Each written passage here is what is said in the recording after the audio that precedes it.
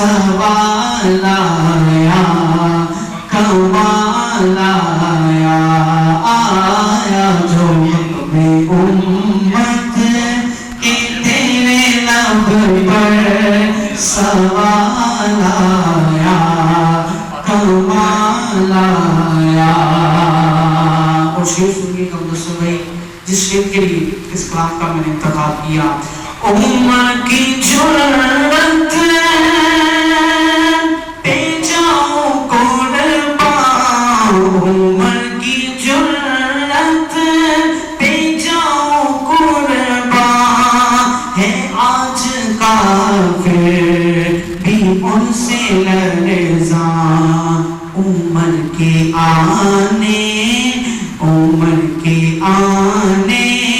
سے کفر پر جو زوال آیا کمال آیا آیا عمر کے آنے سے کفر پر جو زوال آیا کمال آیا. نبی تو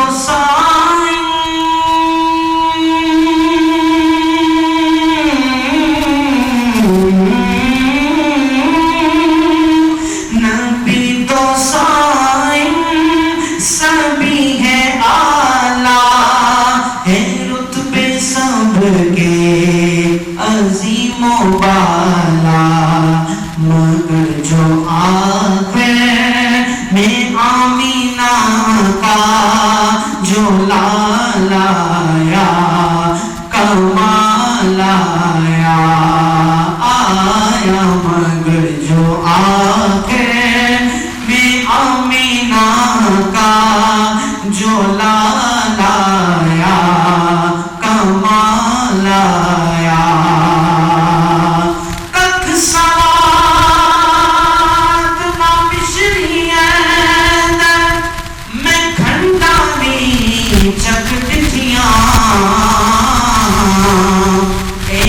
ساریاں چیزاں نالوں بنا سونے دیاں مٹھیاں مگر جو آخر میں آمینہ کا جو لال آیا کمال آیا. نبی کا لب پر جو ذکر ہے بے مثال آیا کمال آیا.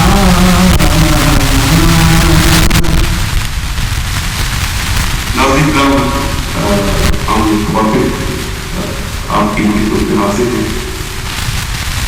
آج ہم چونکہ یہ کم معلوم کا دن ہے اور حضور کے پیارے نواز سے سیدنا امام حسن اور سیدنا امام حسین کی شہادت کا دن ایک مہینہ ہے اور ہم حضور کے صحابہ کے بھی غلام ہیں اور حضور کے اپنے بیٹھ ہیں. تو حضور کے صحابہ کے مدد کے بجاتے ہیں اور حضور کے اپنے بیٹھ کے مدد کے انشاءاللہ. اور ہم اس نعت نیٹ ورک کے پروسیس سے ایک مقصود لوگوں کو یہ پیغام دینا چاہتے ہیں کہ ہم وہ سنی ہیں جب کافر بننے کے بعد ہمارا داخل کرے گا السلام علیکم. ہم حضور کے صحابہ کے بھی غلام ہیں اور حضور کے اپنے بیٹھ کے بھی. آئیے حضور کے نواسہ رسول شہداء کربلا کے سب سے پیارے شہید جو ہے جناب سیدنا امام حسین کی امت پر آپ مسلمان قادری صاحب سے بات فرمائیں کہ یہ اکثر ہمیں آپ سیدنا امام حسین کی امت پر بات کریں.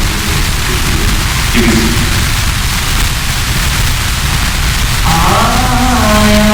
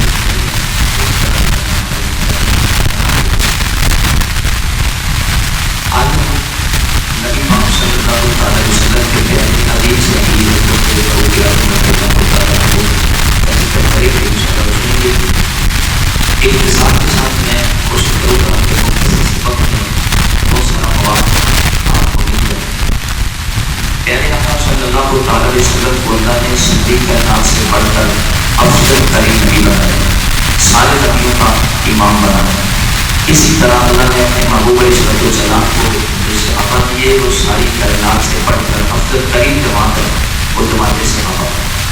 میرے آقا صلی اللہ علیہ وسلم نے جس کو اپنا دیدار کروایا، جس بندے نے خوشی کے ساتھ ہوش کے ساتھ ایمان کی حالت میں آقا علیہ السلام کو دیکھ لیا، پھر ایمان کی حالت میں ایک انسان ہو گیا، اس کو صحابی کہتے ہیں۔ اور نبی علیہ السلام کی جماعت ہے یہ بہترین جماعت، جماعت صحابہ جس کو کہتے ہیں۔ نبی پاک صلی اللہ علیہ وسلم نے ارشاد فرمایا ہے کہ جب کوئی بندہ میرے کسی صحابی کو گالی دے تو تم سنو کہ وہ گالی دے رہا ہے تو فرمایا کہ اس کے شر پر لعنت کرو، جو وہ کہہ رہا ہے اور اس کو کہو کہ تم پر اللہ کی لعنت کرو۔ یہ اس بات کی حدیث ہے اور بھی بہت رہی تو کہ حدیث کے اندر یہ حدیث موجود ہے۔ نبی پاک صلی اللہ علیہ وسلم کے صحابی سارے عظمت کے کنارے ہیں، ستارے ہیں، ہماری آنکھوں کے نور ہیں۔ حضرت ابو بکر صدیق رضی اللہ تعالیٰ عنہ سے لے کر حضرت امیر معاویہ رضی اللہ تعالیٰ عنہ کی جاتا ہر صحابی کا ہم درجہ بلند کرتے ہیں، ہر صحابی سے محبت کرتے ہیں اور درجہ بدرجہ اللہ کے رسول نے جہاں جہاں ان کو مقام دیا وہ آپ نے بتا رہا ہے۔ حضرت فاروق اعظم رضی اللہ تعالیٰ کو وہ عظیم صحابی ہیں کہ سارے صحابی وحید ہیں، مگر یہ وہ عظیم صحابی ہیں کہ جو وحید بھی ہیں اور مراد مصطفیٰ بھی ہیں، اور سارے صحابی طالب سلام ہیں اور یہ مطلوب سلام ہے۔ اس سلام نے چاہ کر لیا حضرت عمر کو، میرے آقا علیہ السلام نے مانگ کر لیا حضرت عمر کو۔ جو چیز مانگ کر لی جاتی ہے اس کی قدر زیادہ ہوتی ہے اور اس کا لحاظ بھی زیادہ ہوتا ہے۔ تو اللہ کے رسول نے جس کو مانگ کر لیا ہو اور اس کو سیدنا فاروق اعظم کہتے ہیں، تو حضرت فاروق اعظم رضی اللہ تعالیٰ عنہ میرے آقا علیہ السلام کے سسر بھی اس زمانے سے بھی حدیث نقل سن لیں، نقل ہے حدیث سن لیں۔ پیارے آقا علیہ السلام کو جب کسی نے کہا تھا کہ نبی کی قرابت پیدا نہیں دے گی، میرے آقا علیہ السلام نے فرمایا کہ ان لوگوں کا کیا حال ہوگا کہ جو یہ گمان کرتے ہیں کہ نبی کی نسبت نبی کی قرابت کو پیدا نہیں دے گی۔ فرمایا کہ میری نسبت پیدا دے گی، میں شفاعت کروں گا۔ اور کس کی؟ فرمایا کہ سارے رشتے ختم ہو جائیں گے، میرا رشتہ قائم رہے گا، سسرال والا بھی اور میرا نسبی رشتہ بھی قائم رہے گا۔ یہ دونوں رشتے قیامت کے دن نہیں ٹوٹیں گے، باقی ساروں کے ٹوٹ جائیں گے۔ دنیا کے لحاظ سے جو رشتہ داری سے ٹوٹ جائے گی، محبتیں ختم ہو جائیں گی۔ آقا فرماتے ہیں میرا سسرالی رشتہ بھی قائم رہے گا، میرا نسبی رشتہ بھی قائم رہے گا۔ تو پیارے آقا صلی اللہ علیہ وسلم کے یہ سسرال ہے حضرت فاروق اعظم رضی اللہ تعالیٰ، میرے آقا علیہ السلام کے سسر ہیں۔ پیارے محبوب علیہ السلام نے ارشاد فرمایا کہ جب میرے عمر کا وصال ہوگا اسلام روئے گا، اسلام کہے گا کہ اللہ میں یتیم ہو گیا، اسلام روئے گا، آہ و بکا کرے گا کہ اللہ عمر چلا گیا میں تو یتیم ہو گیا۔ اسلام ہی تھا جس کو عزت ملی حضرت عمر کے ذریعے سے۔ میرے نبی علیہ السلام نے جب یہ دعا مانگی یا اللہ عمر بن ہشام دے دے یا عمر بن خطاب دے دے، یا ان دونوں میں سے جو تجھے پسند ہے وہ دے دے، جو تجھے محبوب ہے جو تجھے قبول ہے وہ مجھے عطا کر دے۔ اللہ نے حضرت عمر کو قبول کیا، میرے مصطفیٰ کا صحابی بنا دیا۔ اسلام لانے کا سبب یہی تھا۔ میرے علیہ السلام نے دعا مانگی، ادھر ابو جہل نے فکر کی کہ کون ہے جو محمد کا سر قلم کرے، میں اس کو اتنا انعام دوں گا۔ فاروق اعظم رضی اللہ تعالیٰ عنہ کھڑے ہو گئے، کہا کہ انعام مجھے دو، میں مسلمانوں کے نبی کا سر قلم کر دیتا ہوں۔ انعام رکھا گیا، تلوار پکڑی، مکے کے بہادر تھے، سرداروں میں سے نام تھا، ایک چرچا تھا حضرت عمر کی بہادری کا، طاقت کا ایک چرچا تھا۔ عمر جب نکلتا تھا تو لوگ ڈرتے تھے کہ عمر آیا، تلوار پکڑی آ رہے ہیں۔ یہاں پر آپ نے علامہ نیک صاحب کو سنا ہوگا، وہ اپنی کتاب میں ایک واقعہ نقل کرتے ہیں رحمۃ اللہ تعالیٰ علیہ، وہ لکھتے ہیں کہ حضرت عمر رضی اللہ تعالیٰ عنہ جب اس علاقے سے نکلے نا تو رستے میں کچھ نوجوان تھے جو بچڑے کو پکڑ رہے تھے، وہ پکڑتے چھوٹ جاتا، وہ پکڑا نہیں جا رہا تھا۔ تو حضرت عمر نے کہا کیسے جوان ہو تم سے ایک بچڑا نہیں پکڑا جا رہا؟ حضرت عمر نے کہا کہ پیچھے ہو جو میں تمہیں پکڑ کے دکھاتا ہوں۔ جب اس کے پیچھے لگے اس نے بڑا پکایا، حضرت عمر کو کبھی ادھر پکڑ لیا تو اس نے پھر جھٹکا مارا تو چھوٹ گیا حضرت عمر کے ہاتھ سے۔ نوجوانوں نے کہا کہ عمر تم ہمیں تانے دیتے ہو تو تم سے بھی تو پکڑا جا رہا۔ پھر جب حضرت عمر نے پکڑنا چاہا تو وہ بچڑا بول کے کہنے لگا کہ اللہ مجھے زبان دے کہ میں اس عمر سے بات کروں۔ اور وہ بچڑا بول کے کہتا ہے کہ عمر میں تو اللہ کی ایک حقیق سی مخلوق ہوں، تم میرے اوپر قابو نہیں پا سکا یا نہیں پا سکتا، تو جس محمد کا سر لینے جا رہا ہے وہ تو سب سے زیادہ مخلوق ہے، اس محمد کے اوپر کیسے قابو پائے گا؟ حضرت عمر کہتے ہیں کہ میرے ذہن میں یہ بات کھڑ کر گئی کہ یہ ہے بچڑا ہے جانور، اس کو بھی پتہ ہے کہ محمد ہے، یہ بھی جانتا ہے کہ محمد بڑی شان والا۔ حضرت عمر کہتے ہیں کہ بس میرے دل میں نا کھٹکا لگا، مگر پھر بھی میں وہاں سے نکلا، بچڑا پکڑ کے ان کو پکڑا دیا، میں نکلا آگے گیا تو رستے میں ایک صحابی ملے، کہا کہ عمر کدھر جا رہے ہو؟ اتنا غصہ آنکھوں میں، تلوار ٹھنگی لے کر گھوم رہے ہو، وجہ کیا ہے؟ کہا آج مسلمانوں کے نبی کو قتل کرنے جا رہے ہیں۔ اس صحابی رسول نے کہا کہ عمر دار ارقم میں بعد میں جانا، پہلے اپنے گھر کی خبر لے لو تمہارے گھر میں کیا۔ حضرت عمر رضی اللہ عنہ کو غصہ آیا پھر تو کہ میرے گھر میں سلام آ گیا، واپس پلٹے تو اپنی بہن کا دروازہ کھٹکایا، اندر سے قرآن پڑھنے کی آواز آ رہی تھی، دروازہ کھٹکایا، کہا کہ کون؟ باہر سے آواز آئی کہ عمر۔ دروازہ کھولا گیا، قرآن چپ بند کر دیا، آواز بند ہو گئی۔ حضرت خباب بن ارد رضی اللہ تعالیٰ کو قرآن پڑھا رہے تھے، تو آپ نے اپنی بہن کو کہا کہ بہن کیا کر رہی ہو؟ کہا کہ میں اللہ کا قرآن پڑھ رہی ہوں، میں نے مسلمانوں کا اسلام قبول کر لیا ہے، محمد صلی اللہ علیہ وسلم کا کلمہ پڑھ لیا میں نے۔ عمر کہتے ہیں کہ بہن کلمہ چھوڑ دے، قرآن پڑھنا بند کر دے۔ حضرت عمر کی بہن مسلمان ہو چکی ہے اور حضرت عمر رضی اللہ تعالیٰ عنہ بھی کلمہ نہیں پڑھا، تو یہ کہتے ہیں چھوڑ دے، بہن کہتی ہے نہیں چھوڑ سکتی، مارنا شروع کر دیا۔ حضرت عمر نے اپنی بہن کو اتنا مارا کہ زخمی ہو گئی، خون کے قطرے گرنے لگے۔ آخرکار حضرت عمر کی بہن کہتی ہے کہ حبیب میری بات سن، یہ چھڑ دے یہ دنیا تے ہو سکتا گزارا، پر محمد کو چھڑیاں گزارا نہیں ہوتا، تو ہو کے خوش رو ہمیں گالی ہزار دے، یہ وہ نشہ نہیں جسے ترشی اتار دے۔ اے عمر تیری تلوار ہمارا سر قلم تو کر سکتی ہے مگر محمد کی غلامی سے روک نہیں کر سکتی۔ اے عمر تو غصے سے ہمیں ڈرا سکتا ہے مگر محمد کا دامن نہیں چھڑا سکتا۔ اے عمر تو میرا بھائی ضرور ہے، میں تیری بہن ہوں، جس ماں کا دودھ تو نے پیا ہے اسی ماں کا میں نے بھی دودھ نوش کیا ہے، مگر آج ہم دلیل اس لیے ہو چکے ہیں کہ ہم نے اپنے گلے میں پٹے مصطفیٰ کی غلامی کا ڈال دیا ہے، اب ہم اپنے آقا کے غلام بن چکے ہیں، اب ہم ڈرپوک نہیں رہے۔ حضرت عمر کہتے ہیں بہن بتا جب تم نے کلمہ نہیں پڑھا تھا تو ڈرتی میرے سامنے اونچی آواز سے بولنا بھی طاقت نہیں رکھتی تھی، آنکھیں اٹھا کر بات نہیں کر سکتی تھی، میرے سامنے میں کھڑی ہوتی تھی، آج کیا وجہ ہے کہ تو باتوں کا جواب بھی دے رہی ہے، سامنے کھڑی بھی ہے اور آنکھوں میں آنکھیں ڈال کر اور